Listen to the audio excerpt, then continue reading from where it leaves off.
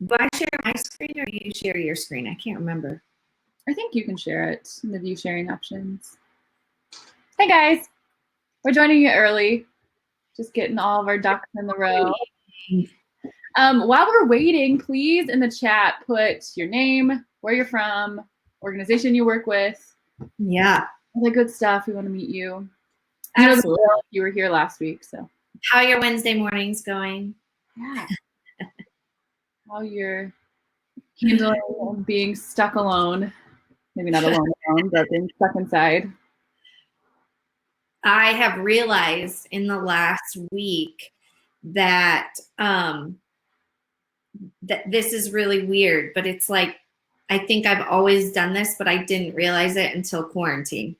That every morning I have coffee, and I realized just over the weekend that I tend to pick out a cup to make sure I match my outfit, my coffee mug, that in some way I'm color coordinating. Well, I am pathetic when you think about it, but no, that's great. I cannot coordinate. I'm at the in-laws, and they have like 2 coffee mugs to choose from. So that would make it hard. I never realized I did it. It was a subconscious thing until recently, and now every morning this week it's been like, can you not do it? No, I need to pick a cup that still like goes with my flow today. That's hilarious. I feel like I get my coffee before I even get dressed. Like I'm drinking coffee as I'm getting ready. So yeah. That's how it was before children, and now like their bedrooms are somewhat close to the kitchen. And so now it's like, oh, I don't want to wake them up, but I'm desperate for my coffee. That's true. I can't relate with children, but I have a new puppy, and I feel like it's almost the same. Like I'm like, should I wake her up yet, or should I just? At the puppy stage, it really is, because they're getting up every few hours to go potty. So she's been good. She hasn't been crazy, but all right. We have lots of people. Greeley, Colorado! Yay! Yeah, we have Claire from Warrington, Pennsylvania. Awesome. She enjoyed last week. Steve Fishers, Maureen, Jamie from Arizona, love it. Pam from Florida. Dr. Cheryl. Mary Michelle, Ohio. Kentucky. And yeah, we are everywhere today. Another Pennsylvania. Love it. North Dakota State University. That's awesome. Erica. Hi, Cynthia. Nathan from St. Louis. Lori from Jersey. Randy. Oh, and Maggie. And oh, that's awesome. I love you guys. Love to see you know somebody. Love it. Love it, love it. Of course, we got the Indiana, Texas. If you were here last time, you probably know I'm in Texas right now. I think it would be awesome if you guys could share, if anybody knows while we're warming up, this is the warm up. If anybody has seen since we're talking about cultivating relationships, if anybody has seen some really creative, like Goodwill or, fundraising related creative efforts, to do it remotely, maybe post a link to that in the comments. I think that would be awesome. And then I think later people can reference those or pull them up if they want. Yeah, that's a great idea. I can even pull them from our chat and email them after too. Oh, awesome. Yeah, awesome. Nicole. Okay, Nicole, I have really good news for you. You are the winner of the free fundraising. I hope it's good news for you. You're the winner of the free fundraising strategy session. So Nicole Jorgensen from High Hopes, we randomly pulled your name yesterday. It is good. So I'll follow up with you after. Today. Leah. Day. I'll follow up with you after today, Nicole, to go for next steps with that.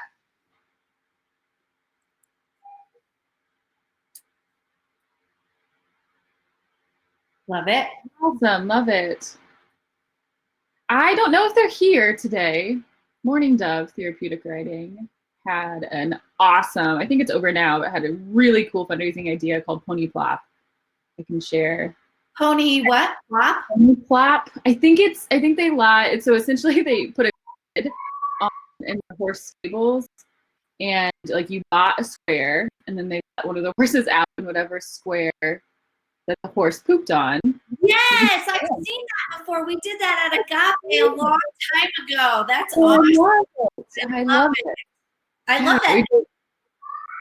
I can't remember what we called it, but Pony Plop is really good. Yeah, my husband volunteers with them a lot. Oh, I love that. I got to see the chain of the game creation. People have some really great ideas. I love it. It's awesome. Yeah, such a good one. Steph, good morning.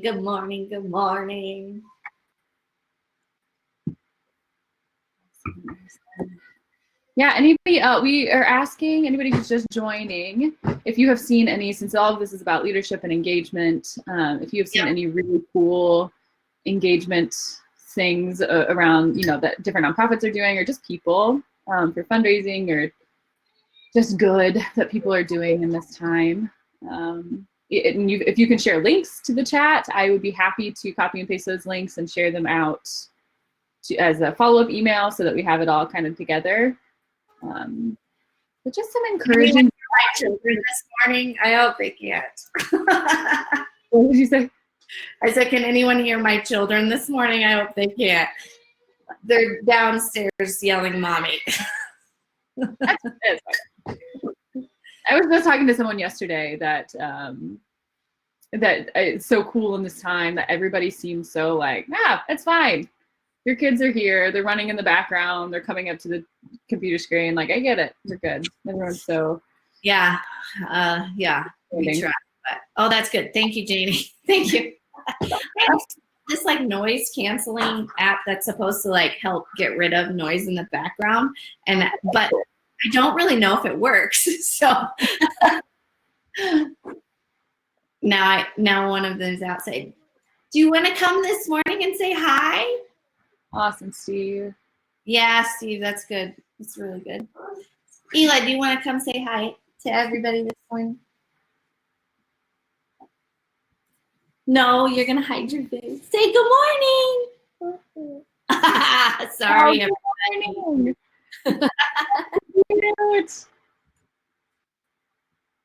Are you going to be shy now? Okay. Play. We have some people who know your voice. Yes. Infamous. Awesome. All right. And that's all he needed, and he's fine now. Some mornings Dad's the favorite. Some mornings I am. Right, responding to someone. Right. Well, we can go ahead and get started. It looks like we have a handful of people joining us, which is great. Love it. I love seeing everybody in the comments in the chat to show us where you are and where you're coming from, what organization you're with. So if you joined on then or a little bit later, just go ahead and tell us again who you are, where you're from. Brian from Kansas. We just have people from everywhere. I'm loving seeing. Me too. All across the country. So I love it. If you were here last week, welcome back. We had so much good feedback on the presentation last week and how great Amanda was. I mean, we had comments pouring in about how much they loved it. So not the bar too high. I know. We gotta live up to it because it was great. But you're going to be awesome because you are awesome. Oh, dear. So excited to see what she has in store today for part 2. And this is not the last that we get to see her. We have another part 3 next week, which we'll be just as excited for. So Register for that too. Even if you can't make them, register. We can send you a recording. No big deal. So, yep, if you don't know who I am, my name is Courtney Luce. I work with Donate, who is helping host these presentations. We are an engagement platform for nonprofits to engage with their donors and supporters and do a lot more than that. Just don't want to spend 2 hours on my spiel. So I will be sending links and stuff if you want to get to know us or schedule any demos or anything with us. I'm happy to share that.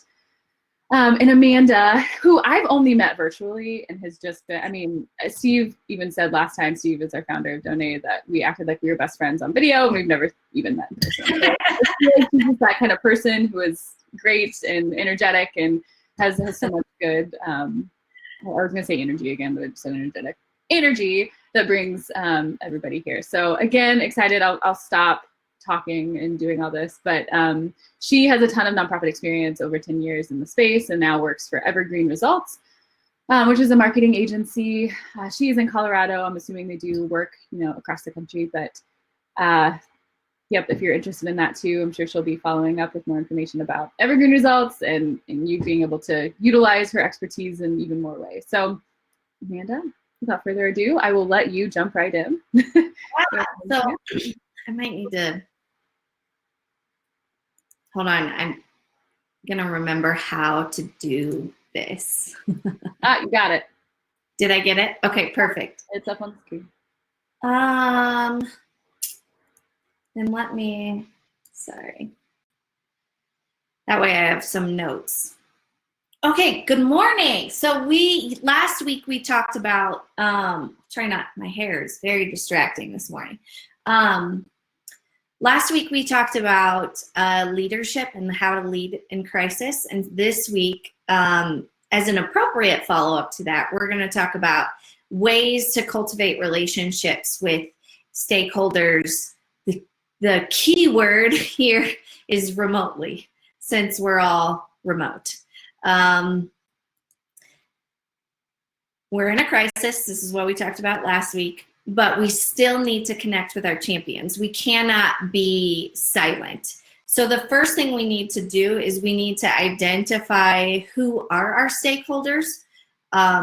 So across the gamut, whether you're a church or a therapeutic writing center or a hospital or a university, regardless of the type of business or nonprofit that you are, stakeholders are our customers, our participants, our clients, our volunteers, our donors, our board members, our vendors, and our staff members.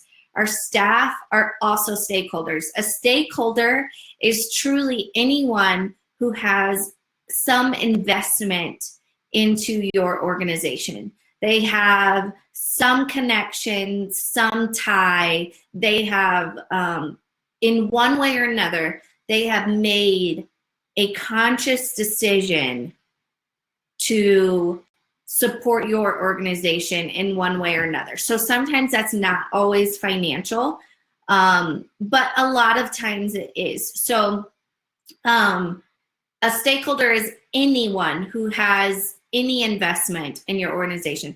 I think that's really key, because last week when we talked about leading in crisis, we talked a lot about our team and leading ourselves. And so I don't want to forget that staff members are also stakeholders, that they have a stake in the success. They are also champions of your organization.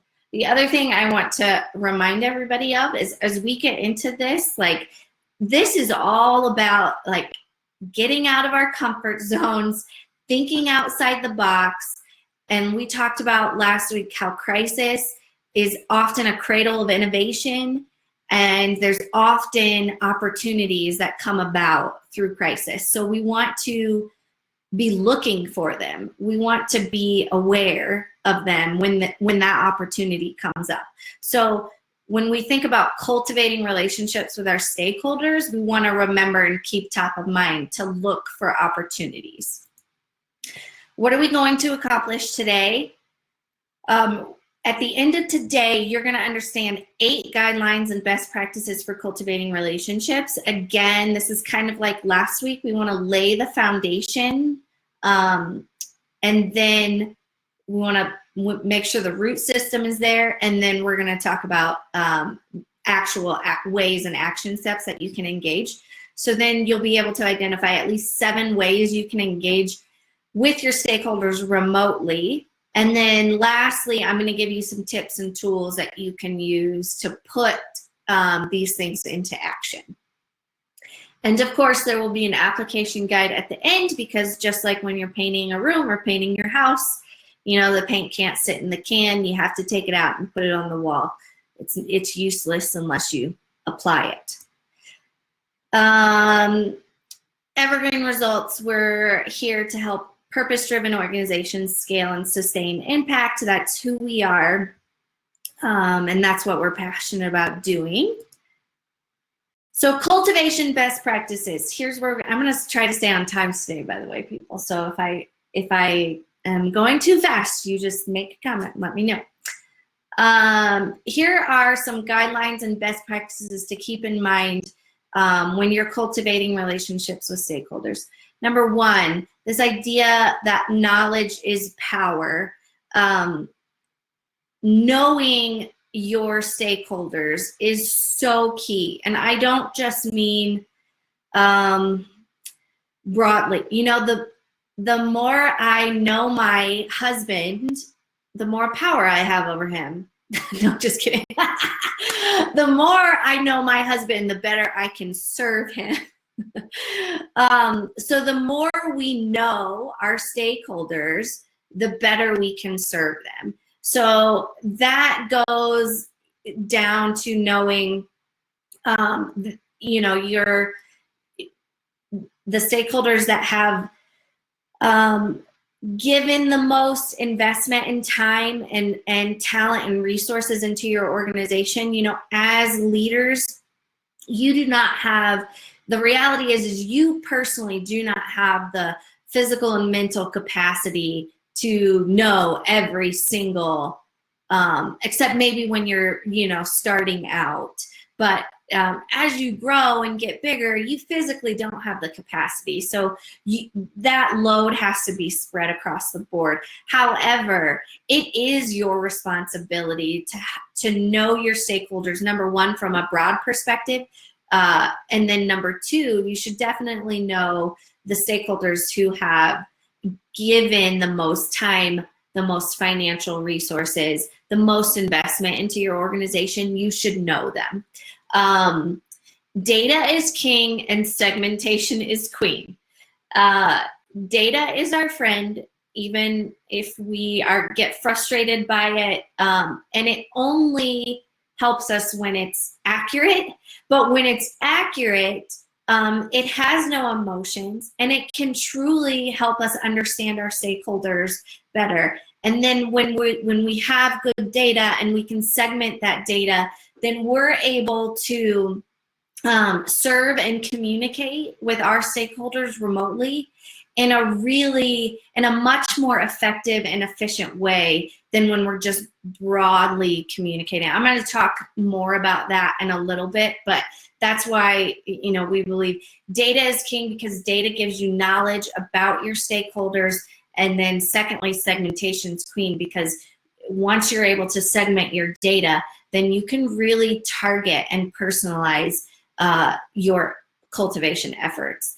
And then the last point I want to make about knowledge is never forget. We talked about this last week. Never forget and engage in, and I implore you to engage in, the golden rule. So always put yourself in the shoes when you're thinking about, you know, what should I do? How should I communicate? Think about that, the golden rule.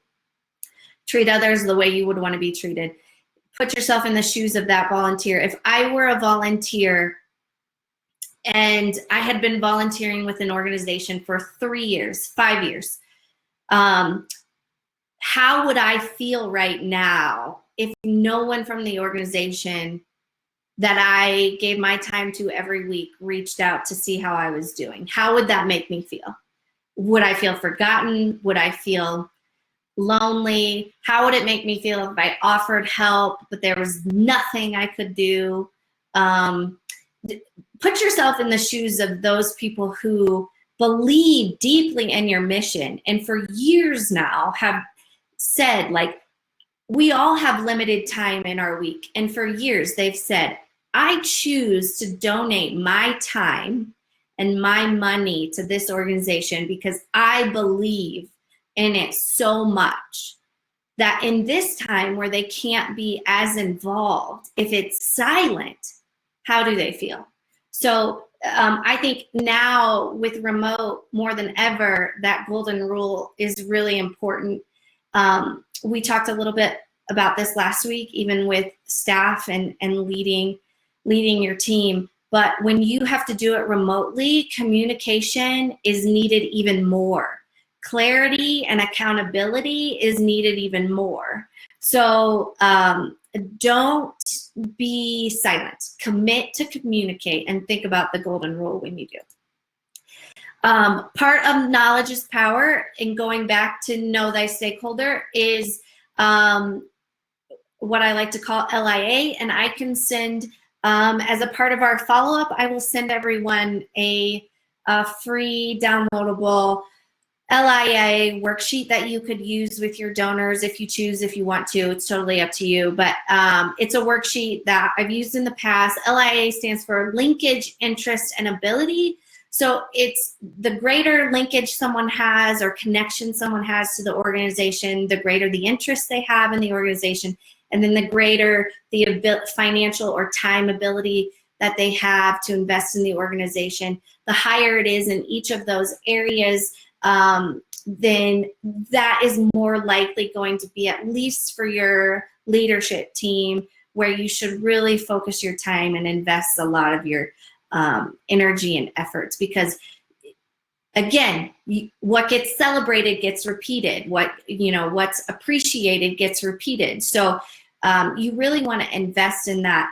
You don't have the time or capacity to invest in every single person. Should you be thanking every single person? Should you be trying to delegate cultivating relationships with every single person across your team? Absolutely. But as the leader, you have to focus your energy and your efforts on a specific group, champion group for your organization. And hopefully, we're going to talk about this a little bit later too, but delegating and engaging your whole team in this effort is how you can reach everyone. So the second thing to keep in mind is the power of story. This is something I really love. Sorry, Sally, LA, linkage, interest, and ability. And I'll send you a spreadsheet on that later, Sally. So the power of story. Story, whether we realize it or not, story runs throughout all of our lives and throughout all of our organizations. All of our organizations have a story that we're constantly telling. And one fallacy or myth that we have is, because we don't like conflict and struggle, none of us like, I would say most of us would say this current pandemic, we don't want to be in, we don't like it. We don't like this struggle. But regardless of not liking it, it's conflict and struggle that makes a great story. Think of every single movie, every single great book you've ever read. If it's good, it has conflict. Without that conflict, it's not a good story. Additionally, without the resolution, and we talked about victory last week and defining that victory, without resolution, it's not a good story. So we're all telling a story right now through how we're responding and handling this pandemic with our organizations. And everyone on your team is a storyteller. That includes your volunteers and your board members. Everyone is helping to tell the story of your organization. So you want to think about what story is being told. you also want to remember that you should not be the hero of the story. You should be the guide. You should be like Yoda. Who are the heroes of your story? Your participants, your clients are the hero of your story. Maybe in some moments it's your volunteers because you're highlighting, their sacrifice, their commitment, their good work. And maybe sometimes the hero for a part of the story are your donors, your champions. But as a founder, an executive director, a staff member, you should not be framed as the hero of the story, meaning you should not be the main character. Like, we should be guiding people to understanding the impact the organization is making, the success our writers and our clients and our volunteers that they're having. It should not be about us. So the more we can use in our communications, in our cultivation efforts, you want to think about the more you can physically actually use the word you instead of I or me or we. Like, actually read through, if you prepare a letter or an update or a blog, read through that and look at how many times you say the actual word you versus I, we, or me. You want to use the word you as many times as possible and focus all of your attention and efforts and direction on the real heroes of the story. Branding and identity creates a consistent and memorable story. So even through, whether you're talking about branding and identity for your organization as a whole, or you're talking about branding and identity for how you're handling and responding to the situation. Shea Center is a therapeutic writing center out of California. I love what they've done. If anybody goes to their website, you will see on the front page, they have actually come up with a tagline for this time period and a hashtag, Stand with Shea. It's excellent. I think it's a great example of kind of branding this time, so that every time they send out communications or they post something on social or they create something, they can use this identity, and they're using it over and over, which is creating a consistent and memorable story for their stakeholders. It's an excellent example. And then lastly, don't forget about bringing hope, laughter, and joy into the story as well. Like, laughter is medicine right now. We all need it, and it's also something that stays with us. So, power of story. Think about story as you're cultivating relationships with stakeholders. Think about the story that is being told. Last week we talked about the fact that with Stockdale Paradox, you've got to communicate the brutal facts paired with that faith to prevail. So when you think about the story that's being told, you have to communicate and share the conflict and the struggle, but make your stakeholders the champions, the heroes of the story. Engage and delegate. So I don't know if anyone's ever heard about this phrase, culture of philanthropy, but I love it. It's basically talking about in your organizations, building a culture of philanthropy means that everyone in your organization is involved in fundraising. It's not just up to one person. So when you create a culture of philanthropy, your team members, your board members, even your volunteers, they are engaged in fundraising and the success of your organization. So the way that you can do, and when you do this, you're also cultivating relationships. So the people who have given their time and their money to your organization already, who already believe in your organization, they want to see you succeed. And ideally, what you want to do is, if you think about it like a scale or a timeline, when someone first gets involved, they're first getting to know you. So they're their stake and in the engagement in your organization is lower, everything on video is opposite. Can I just say, I have so much trouble with this. Their stake is lower. And what you want to do is you want to move them up on the scale. So you want to eventually, over time, you want them to have more and more ownership in your organization, meaning, and that's not a financial ownership for most of us. If you're a small business, it could be. But for the most part, for nonprofits, it's going to be that they feel some of the weight and they want you to succeed. They don't want your doors to close. If they come every week for 3, 5 years, they have given so much of their time to making sure, to serving and making sure your organization is able to continue and serve. They care. They deeply care. So the longer they're involved, the more that they give, they want to see you succeed. So the more you can cultivate and create that culture of philanthropy where people feel an ownership over the success or failure of the organization, the more sustainable your ability. You cannot bear all the weight of fundraising on either the development director or the ED. It will eventually implode because those people only have so much capacity. You have to be able to spread it out. The other thing I want to keep in mind is so that's about delegation, but engagement. Right now, don't assume that everyone is busy. So I love looking at, I think churches right now are a really great example.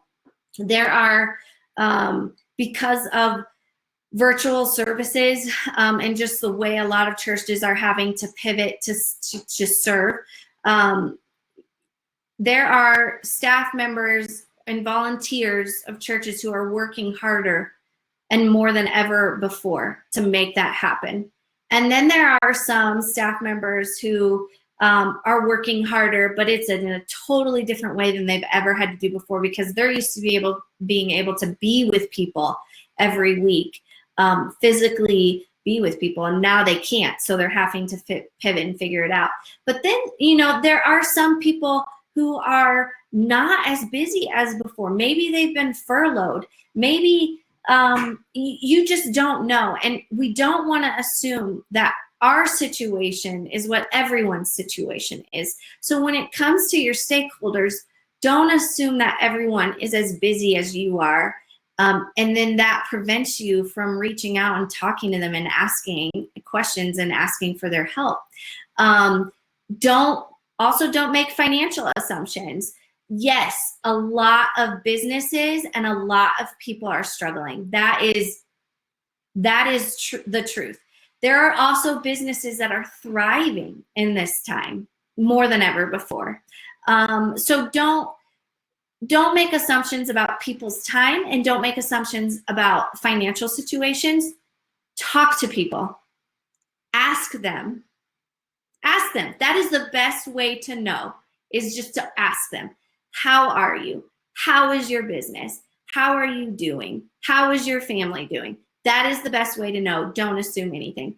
Ask questions that are personalized and specific to that donor and stakeholder. And then also ask for their expertise or their help. Like, how would you handle this situation? What would you do? I know for me personally, the church that we are involved with here, several staff members, because of our business and how this has impacted our business, have reached out to me purely to say, like, how are you doing? And it brings me to tears thinking about it right now. Like, it was the phone calls we've received just to say, like, how are you doing? Make all the difference in the world. So that's exactly, I'm crying. Ugh. That's exactly how we should be treating our donors and our stakeholders. Okay, now we're gonna get into the fun stuff now. So 7 ways to cultivate. I'm gonna take a sip. relationships remotely. I also want to say, I found this beautiful picture online, and I really wish it was my office, but it's not, but it's gorgeous. Look at that picture. All right. I broke this up into more like categories, and then I'm going to give you specific examples in each one. The first one is virtual, and it's duh, because everyone here knows this, so I'm not going to pretend like I'm sharing new information with you, because I know I'm not. Virtual meetings, they can be one-on-one and they can be in groups. Here's what I want to challenge you more in. I want to challenge you in virtual trainings. So for a lot of your organizations where you have volunteers, it may feel really uncomfortable to figure out a way to do like a volunteer training or a volunteer orientation online, and to provide that virtually. But again, we have to be able to get out of our comfort zones to come out of this thing on the other side better and stronger. And we have to realize that even if we're able to go back somewhat to normal, we're never going to be able to go back fully. So, or it's very likely we won't fully go back to the way things used to be. So we need to be able to be more comfortable with this. So virtual trainings, think about, instead of just stopping all training for volunteers, how can you keep it going virtually? Virtual book clubs. There's no reason that can't be virtual. Virtual happy hours and home cocktail parties. So we think about this with our friends, but have we thought about it with our stakeholders? So you could have, like, let's say you have a group of volunteers that are used to always being together. Why not take, like, pick a night or pick a day and say, hey, let's just have like a virtual happy hour together where we can catch up. Like that, for that group of volunteers who are always used to being together, if you help facilitate that, if you help cultivate that as, as a leadership team member, they will appreciate that, and they will love the fact that you made that happen, even if there's hesitation to participate in the beginning. Like, I saw one organization do a virtual dance party with it's a small group. It wasn't like this huge dance party. It was truly like, and their kids were involved, which was really cool. They had their kids and families involved in this virtual dance party, and they like created this playlist for families, and everybody played it at the same time, and everybody had this dance party. It was so cool.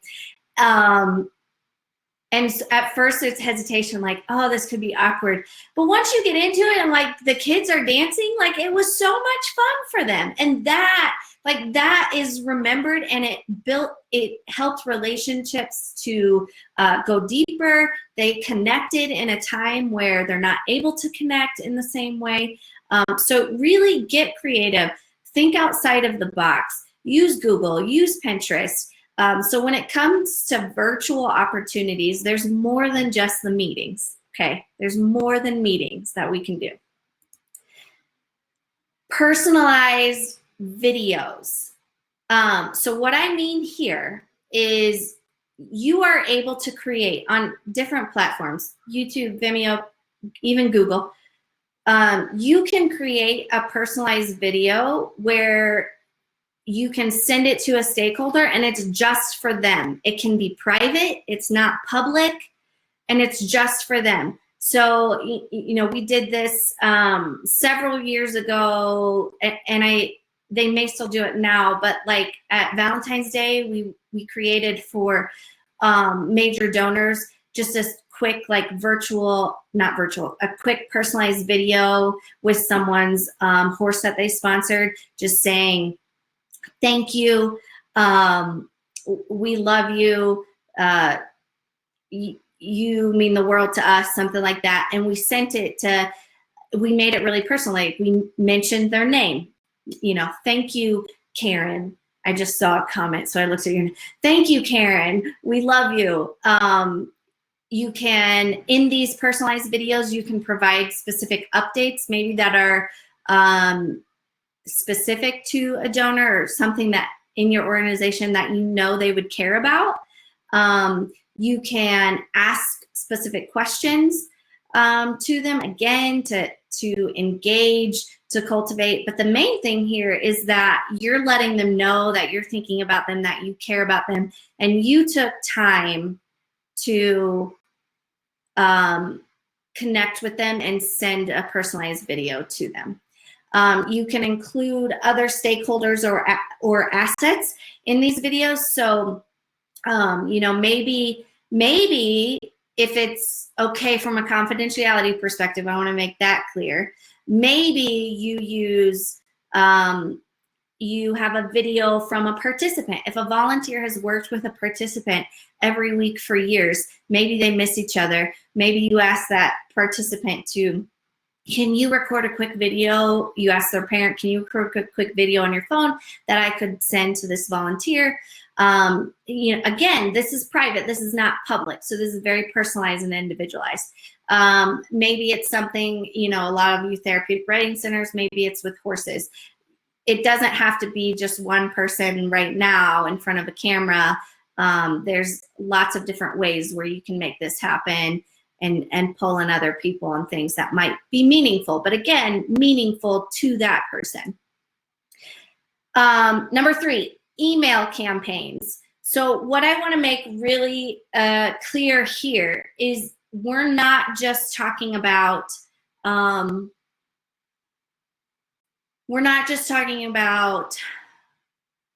sending out emails all the time with asks. Okay. Again, we're talking about cultivating relationships. So we want to be really mindful about the golden rule, and we're not going to be pushing out information that is always an ask in everything we do. That's not what we're talking about. So these email campaigns, again, they should be segmented and targeted to different stakeholders. They should provide regular updates.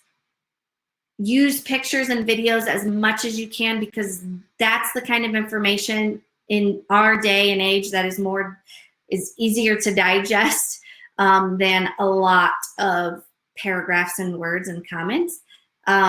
Commit and be consistent. I think this is huge. If you say, and again, I'm going to applaud the Shea Center in California here. They have done an amazing job of sending out a weekly newsletter communication to their stakeholders. And at the very beginning, when they first had the close, they said that they were going to do it in their newsletter. You can go to their website and you can see their newsletters.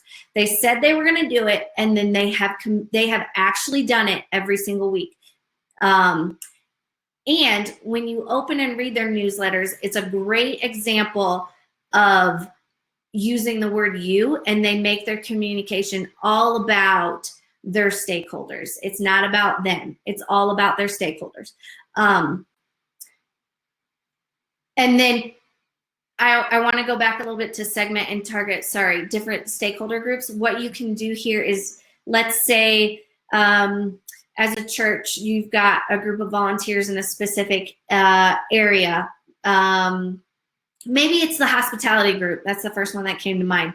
You can target certain communications specifically to that group, and you can talk about updates and missing them that are only specific to that group. What you say in that email would not necessarily resonate or apply across the board. For therapeutic writing centers, you know, an email to volunteers, you could talk about their service and their commitment and how much you miss them. And the language you use can be really specific to volunteers versus a broad language of missing everyone. And while both are going to mean something, what's going to mean more when you feel like someone's speaking directly to you versus broadly? The last thing I want to mention here is treat your subject line like a movie trailer. I see a lot of bad subject lines. Like, if you just have your subject line as monthly newsletter, that's a bad subject line. Treat it like a movie trailer. Give a teaser of what's inside. Your subject line matters at least as much as the content of the email. And why is that? Because that's what's going to get your email opened. So it's that subject line that makes a huge difference in order for people to actually want to open your email. And I love this quote by Seth Godin when it comes to email marketing and email campaigns. Why waste a sentence saying nothing? So many times we feel like we have to fill the space on a page or something, and we're either saying something like 3 times when we probably only need to say it once. We're saying it a lot longer than we needed to say it. Someone's attention and focus is only so long. A fact for a website, this is not about email campaigns, but this is just to showcase attention. If you have someone who goes to your website and stays on your website longer than 3 seconds, the chance is that someone will actually go to another page on your website or stay on your website are so much higher. That is how quickly someone makes a decision to continue to read something. So that is why it's super important that, number 1, your subject line is engaging, and number 2, what is in your email is worthwhile, meaningful, and engaging. So be really thoughtful and intentional about what you're putting in your email campaigns. Social media. I could go on about this one for a long time. There's a lot of back and forth about a lot of different practices in social media and doing this, doing that. So I tried to focus this on what I feel like for nonprofits and small businesses right now would be the most valuable ways to engage with stakeholders at the moment. Use the platforms where your stakeholders already are. Notice I did not say use the platforms you are comfortable and familiar with. That would not be serving your stakeholders well. If you are a B2B nonprofit or business and the majority of your stakeholders are on Twitter, but you're spending all your time on Facebook, you are wasting your time. You are not serving them well, and you are not meeting them where they are spending your time. If the majority of your stakeholders are using Instagram, but you're using Twitter because that's what you're comfortable with, you are not serving them well and you are not meeting them where they are. So use the platforms where your stakeholders already are. Don't feel like you have to use all of them. Focus your time and your energy and that learning curve on the areas that are really going to make the most difference and where they already are.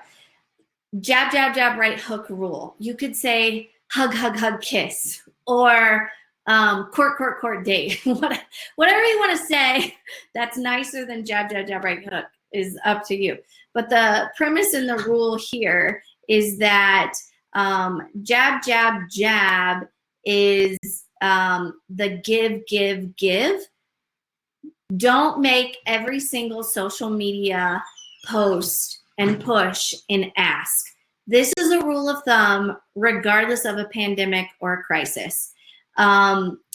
When I see a lot of nonprofits guilty of this, when we constantly push out and we always only post things that we need, we're only asking for donations, we're only trying to recruit volunteers, we're only trying to get, in-kind gifts.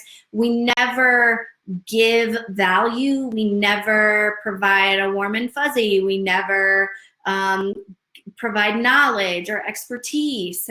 We never create engagement and connection, then we're missing out on our audience, and our audience won't grow because people get tired of that and they get tired of it really fast. So your right hook is your ask. Essentially, at least for every 3 gives, you have 1 ask. So create value, share impact at least 3 times more than your ask. And this can be an ask for anything. So this is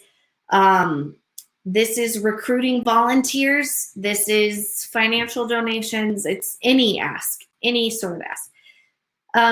Seek engagement and connection over likes. It's really easy to measure like how you're doing with likes, but the reality is engagement and connection when it comes to social media is really where you find success versus the likes or the views. And again, in this time, that is what you are seeking anyways. You're trying to engage and connect with your stakeholders. So prepare for that. You know, when you're preparing your social media, think about how can I engage and connect with stakeholders, you know, ask questions, do polls. So here are some ideas for social media, and I've seen some really neat things happening. Take advantage of live streaming. It's so easy to do right now, and you can do it on multiple platforms. There's a lot of, again, I'm going to go over tools you can use later, but there's different platforms and tools you can use to help make this easy. But there's also, you know, you could just do it straight from Facebook or straight from Instagram, and do live streaming of all different kinds of things. Interactive Q&A sessions. So you could do Q&A with experts in certain fields, or you could do Q&As with some of your stakeholders and your champions. Sprout Therapeutic Writing Center has done an amazing job. Brooke in Virginia is a sweet friend, and she is doing, I feel like I've seen her really lead the way in this area. And I talked to her about this. So I reached out to her to say, like, you're doing a really great job. Can you tell me a little bit about how this idea came to be? She has been doing interviews with different equine professionals in the field at least once a week and live streaming it. So like this past week, she interviewed the author of My Pony Club, the founder and author of My Pony Club. She said to me, she said, at the very beginning of this, I took time to think about like, what is our mission and how I need to pivot. And I realized that our mission is not actually about horses. It's about serving people and providing, you know, hope and strength. And I can do that even if I can't provide lessons. So she had this revelation, this real moment of, oh man, again, when we talk about pivot, your vision stays the same, your strategy pivots. So she realized her mission vision stayed the same, but the way she was serving people changed. And it will likely be different forever. She will go back to lessons, but right now she's really engaging in creating content that provides value and still serves their mission. So there's a lot of different ways you can do this. Again, it's not just about the social media posts every now and then. It's also about, you know, ways where you engage and connect and talk with your stakeholders, and you can use social media to do that. Okay, I'll go on from social media because it's a big topic. Reimagine events. So we talked a little bit about this last week. Really think about and consider, does my event need to change? You know, if it's an event that is happening soon or even in the summer, you probably really need to consider if it needs to change. And then if it needs to change, really ask yourself, like, instead of just canceling it, can I make it virtual instead? Really challenge yourselves here. Push yourselves to not make a decision out of discomfort and fear versus making a decision out of how can I best serve our stakeholders. Again, Sprout, I'm going to give them a shout out and a great example here. So they had a horse show and they pivoted and they changed it, and they're calling it the Quarantine Classic, which I think is an awesome name. It's a horseless horse show. You can go to their website and see what they have there and kind of how they're doing it. Shea Center for Easter, they held a virtual Easter carrot hunt, which I thought was an awesome idea for their clients who couldn't be a part of a regular Easter hunt, Easter carrot hunt that they would do. So they made it virtual, which was awesome. And then fundraising events, galas, totally shifting to virtual. I've seen some organizations and examples where they still had their gala and they were actually able to arrange volunteers to safely deliver, safely is keyword, but safely deliver the meals to their guests at their house, so that not only was the event like moved to just online and virtual, but they still got the meal that they would have had for their event, and it was still delivered. So you can even take it a step further to say, like, tell your guests, hey, we would still love you to like dress up in your black tie affair, and maybe you have kids who are going to be with you now who weren't going to be with you, so let's get them involved in this, and maybe they can dress up. Maybe you need to add something in that virtual event for kids that you weren't going to have before. Again, think outside the box. You can reimagine events. You don't just have to immediately jump to canceling them. I've also seen a lot of organizations who had an event, and instead of where they canceled, but instead of having a virtual event, they shifted to a targeted email campaign, which over a course of like 5 to 7 emails, they raised the money they needed to raise that they would have raised at the event. So it doesn't even have to be shifting the event to a virtual event. It could be shifting the event to an email campaign. Engage in goodwill activities. So these are things that may not have a direct financial return on investment, but they will have a return on investment eventually. They provide emotional, psychological, and social kindness and goodwill. And these goodwill activities can be for your stakeholders. They can also be good PR opportunities. Ask yourself the question, is there anything you can do to serve the most vulnerable and isolated groups in your community? I'll use our current church as an example. We were about to launch an outreach, and we decided to pivot and target the not just, we were about to launch a foster care and adoption outreach, and we decided to pivot at this time. We pushed pause on the actual launch of that, and we said, we're going to create an initiative that is going to last 2 to 3 weeks in our community, and it's going to focus specifically on the most vulnerable, so the elderly, the homeless, foster care and adoption. And we came up with virtual ways for people to help and get involved, a virtual food drive, a virtual gift card donation for foster care families, etc. So we pivoted that and we made it about more than just foster care and adoption because of the current situation. But we asked ourselves, how can we best serve them right now? And that is not something that has like a direct financial return on investment. However, it is, it leaves an impression, like the way we serve people now. Again, this goes back to what we talked about last week. It's not just about how you're flying the plane right now, it's about how you're gonna land the plane. So what you do now makes a difference for how you successfully land, because what you do now is what gets remembered when this is over.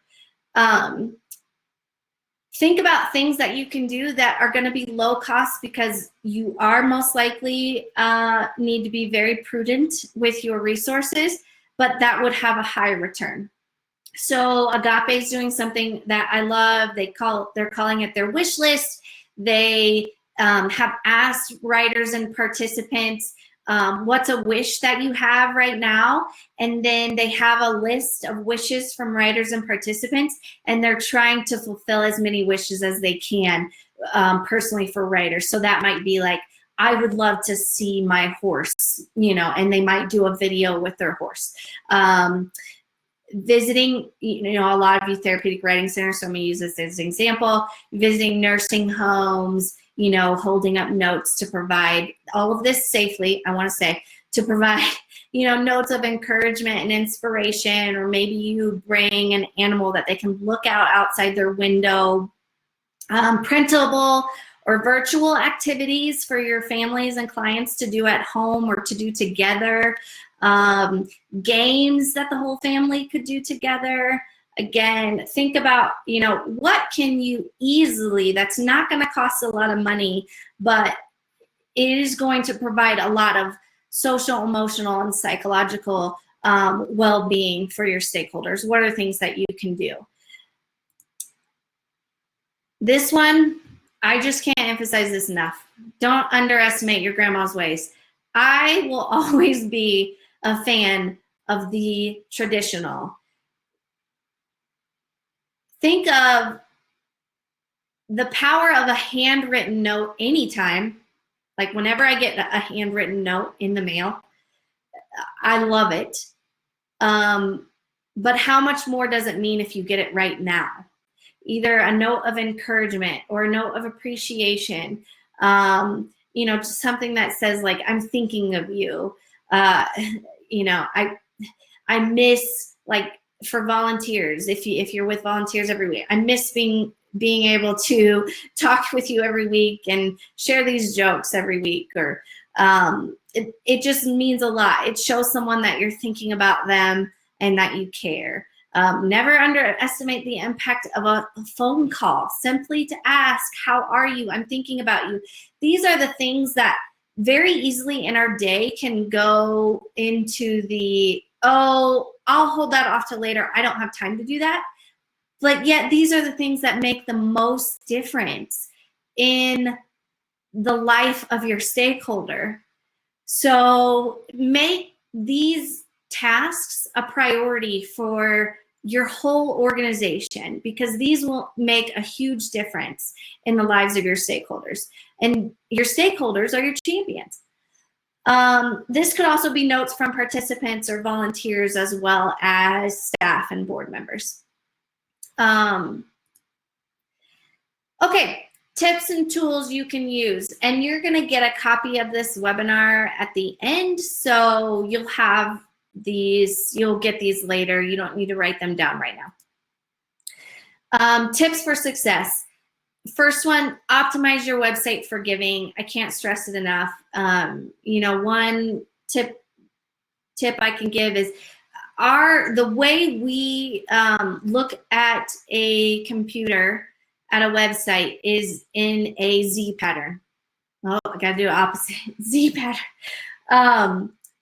And so we read from top left over to right, down and back. So you want to make sure that your the call to action that you want to be really clear right now, or for giving, is most likely going to be in that, somewhere in that top right hand corner, because you want it to be prime and central. Make it stand out from the normal toolbar, okay, or menu. Think about national holidays that are coming up with quarantine. So like Mother's Day is coming up. Maybe you can do something for the moms in your organization that's special for them, that more than just a social media post. Maybe not, but you don't want to miss out on this opportunity to do something different. And Volunteer Appreciation Week, like these are things that are kind of across the board. Maybe you can do something special. Test your technology first. We even tested this. Courtney and I tested this. try to make sure you feel somewhat comfortable with it before you do it for the first time, especially. Think through purpose and design and then create accordingly.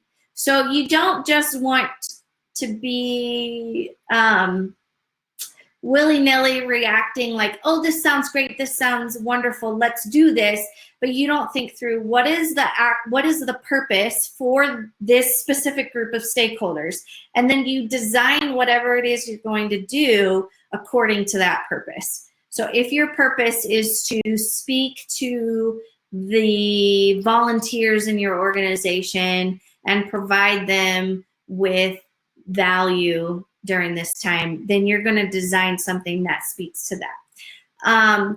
Prepare for engagement at the beginning. I talked a little bit about this earlier. Think about ways to connect. So what questions can you ask? Can you do a poll? Can you do Q&A? Even with this webinar, Courtney and I talk about, we talk about what questions can we ask at the beginning? How can we really engage people in this conversation, even if I can't actually hear your voice? Prepare for technical difficulties. So even if they don't happen, being prepared for them in case they do happen is really important, because it could really happen. And then check out our free guide on, oh, I say that, but I haven't told you about it, sorry. We will be sending out later a guide on how to lead your team remotely. So it'll be really specific tips, and this is really, it's going to be targeted to your team. Your team is working virtually, so this will be tips on how to do that. So check out the guide on how to lead your team remotely that we'll be sending out later. Okay, tools you can use. Donate is one of them. I'll come back to that one. Asana, there's project management tools here, task management tools. Mural is a virtual brainstorming tool. We have live streaming tools you can use, Canva. All of these tools are either free or low cost. So you're most likely not going to use all of them, but I hope that it gives you a lot of ideas on things you can use. Donate is not to be confused with the donor management system. It's donor engagement, so stakeholder engagement. And I'm going to invite Courtney to share a little bit more about that and Donate and what they can do if she can. Do I have to stop sharing for you, Courtney? No, you're good. No. Can you see Okay. me? Hopefully everyone can see me. Hi, Courtney. Thanks for including Donate and tools you can use. So yeah, Donate is a lot in one platform to engage your supporters. So we, in groups like this, like to call us the match.com for supporters with organizations that they care about. So we do have a matching algorithm in place that we connect with supporters and companies too that we know already care about your cause, but also we have a lot of tools in place to engage with your current supporters. So having online fundraising campaigns, events, volunteer opportunities, sharing your wins and missions accomplished that with your supporters, sharing news updates, messaging, surveys, I mean, a lot in one. I used to be in fundraising for a nonprofit and wished that I had this just personally. So I got really excited when I met Steve, our founder, and learned about Donate and all that we can do for organizations. So I'm gonna, just so that there's a quick call to action, I'm gonna go ahead and share a action with you that you'll see request a demo. So if you are interested in learning more about Donate and just who we are and wanna see the tech, request a demo, and we'll be in touch. Awesome. Okay, so questions. We'll take a minute or so. A minute. I'll give you more than a minute. We'll take a few minutes for questions, and then call it a wrap. I also, sorry, I forgot, we have a 20% off. If you have been a part of any of these webinars, this 3-part series, it's Evergreen 20. I'll type it and send it to you after this. So we have a 20% off our stuff too. But yeah, now ask questions.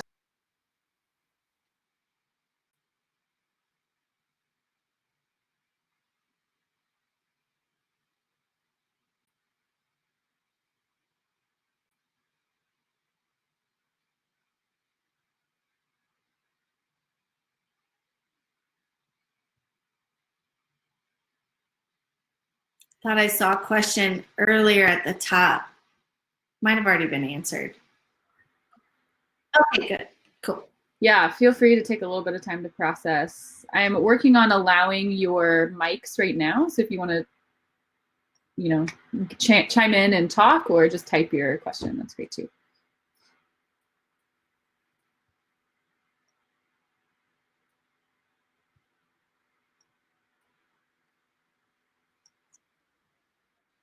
Oh, any ideas or suggestions to take a golf tournament virtual? That's a good question. So, okay, so it kind of depends on my answer is going to depend on the other events that you do. How significant is this golf tournament? What is the normal return on investment for the golf tournament? So golf tournaments tend to be a lot of work. And depending on the amount typically raised, you should ask the question, is it going to be better for our time and resources to, instead of doing the golf tournament, pour all of our time into this other fundraiser? Or you still do the golf tournament, but you have to pivot it and do something completely virtual. So it kind of depends on what your golf tournament normally involves. So for example, something that Agape just started last year was like a helicopter drop as a part of the golf tournament, which is essentially like a raffle contest for a cash prize, but you buy chances. Every golf ball is a chance, and then the helicopter drops the balls over the course. That can be done completely virtually. It's not the actual tournament. So there are probably aspects of the tournament you can do virtually. I don't know if there's an actual game out there, or app or software that's like a virtual golf game that you could do. That might be kind of cool. If I haven't researched that, but that might be kind of neat if there is. But overall, Cheryl, I would say really ask yourself and look what is the return on investment for this golf tournament? Does it make more sense to scrap it and add that fundraising goal to something else, or maybe to an email campaign? It kind of just depends. Leah, sometimes with a nonprofit or church, it's hard to change the culture that the staff isn't the hero. Yep. How do you recommend changing that so that the volunteers and partners are the heroes? I think it all starts with language. It's a paradigm shift in our language. And that takes intentionality. So number one, it starts with someone in leadership talking about, this is something, we are here to serve. And that is our mission. That's why we exist. So something I want us to be really intentional about is how we, with each other and internally and externally, how we frame who the main character is in the story that we're telling. So think about, I want to challenge you as a staff to think about when you are putting together a newsletter, how many times do you use the word you in that newsletter and frame that story, that hero of the story, as the members in our church versus ourselves? It is hard because it's a public speaking, public recognition environment. And so, but at the end of the day, it's really you wouldn't have a church without a congregation. If you only had staff, you wouldn't have a church. So I think it starts with our language, and it starts with being intentional when we prepare communications, reading those communications and thinking to yourself, who is the main character in this story?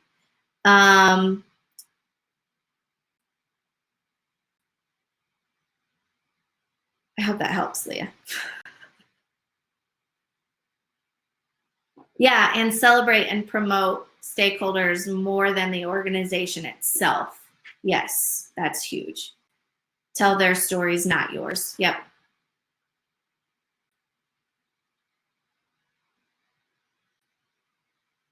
Yep. I've been asking myself lately, is this just informing the reader or is it empowering the reader? Yep. Mm-hmm.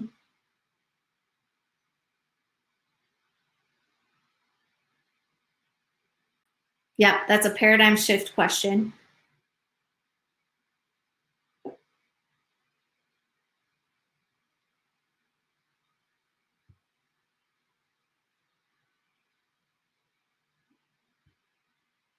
All good questions. I know it's really challenging right now, but I think that challenging ourselves can bring about growth and good results. So we always say, like, we will say we want to grow as an organization or even personally as professional development. But the reality is that growth literally cannot happen without change. Like, it's physically impossible. If you're not growing, then you're not changing. So you cannot grow without changing. So we have to be able to embrace changing our methods and learning new things, even though it can be really difficult.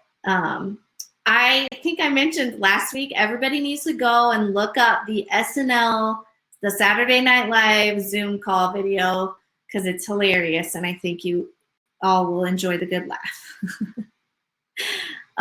Cynthia, if you're the only one that is really working on this material, since your team is not on board, what would you say would be your top 3 priorities?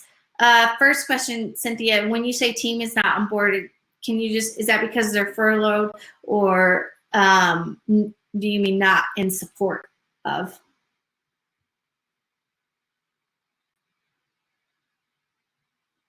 My priorities would be different depending on if it's because they're not in support of, or they're just not actually there right now because of the situation.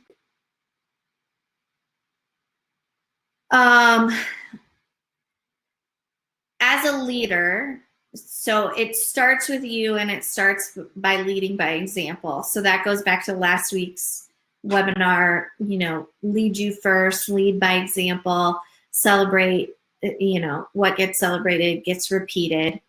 And I would say that for a team that doesn't feel motivated, trying to understand why they don't feel motivated would be one of the first priorities. So sometimes a team isn't motivated because they just don't understand the why, or they don't understand the brutal facts and the reality of it. So, asking yourself as first priority, as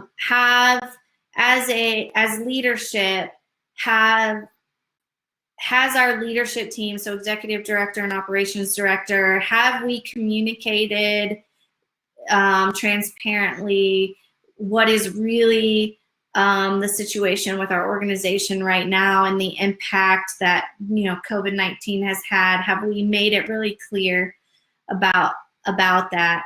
And if not, then maybe the motivation is because they don't understand how serious it is.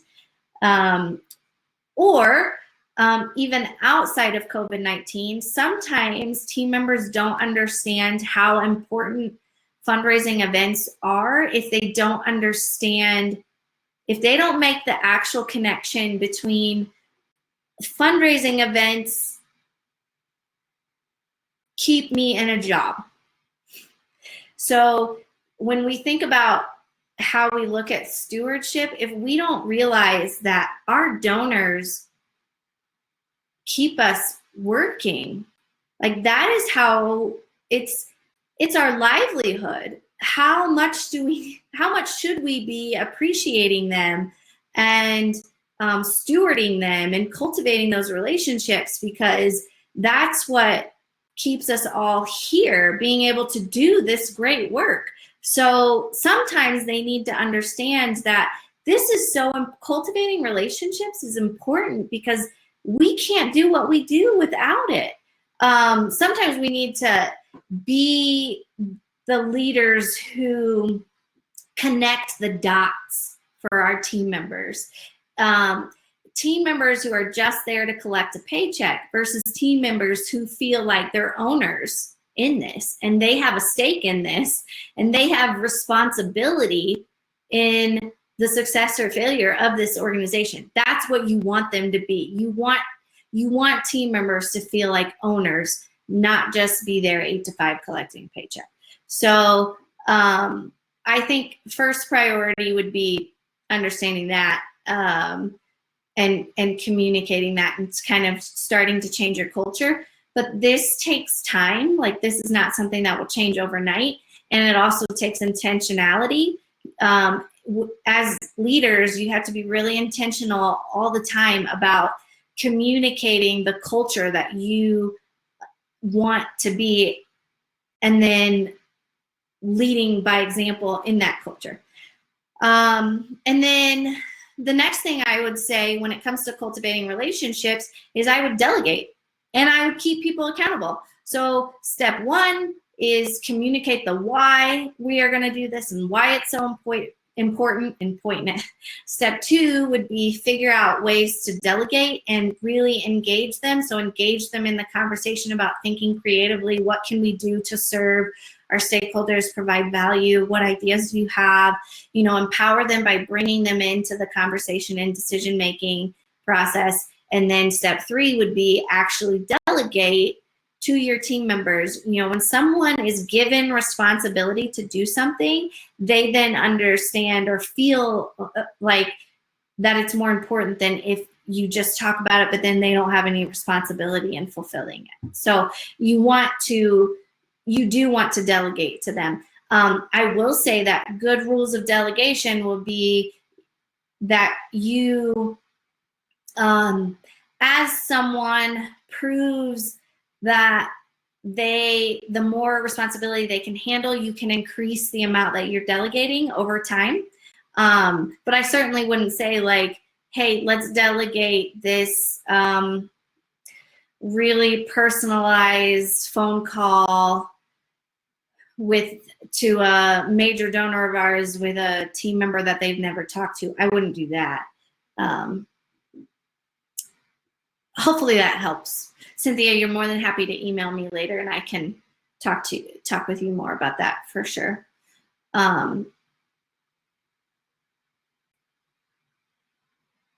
Sometimes it's not always like a black and white answer. I will, to be respectful of everyone's time, we'll wrap this up and say that next week we're going to talk about decision-making, how to combat decision-making fatigue in a time of crisis when there are lots of decisions coming your way. I gave you a lot of decisions to make today, so I have probably impacted your decision-making fatigue at the moment. So thank you so much for joining. I hope you can join us next week for the 3rd session, and we'll talk about decision-making. You guys are wonderful. You're doing really great work, and it's important. It really matters. So keep doing it even when it's hard. Yes. I love it. Thank you so much for doing this again, Amanda. We really appreciate having you on board, not only for 1, but 3. And it's all been just such great content. So you'll be hearing from both of us with some different sort of recaps of the webinar, and then also with links to register for next week. So thank you all for participating and asking such good questions and joining us from around the country. Yes, thank you, everybody. You're awesome.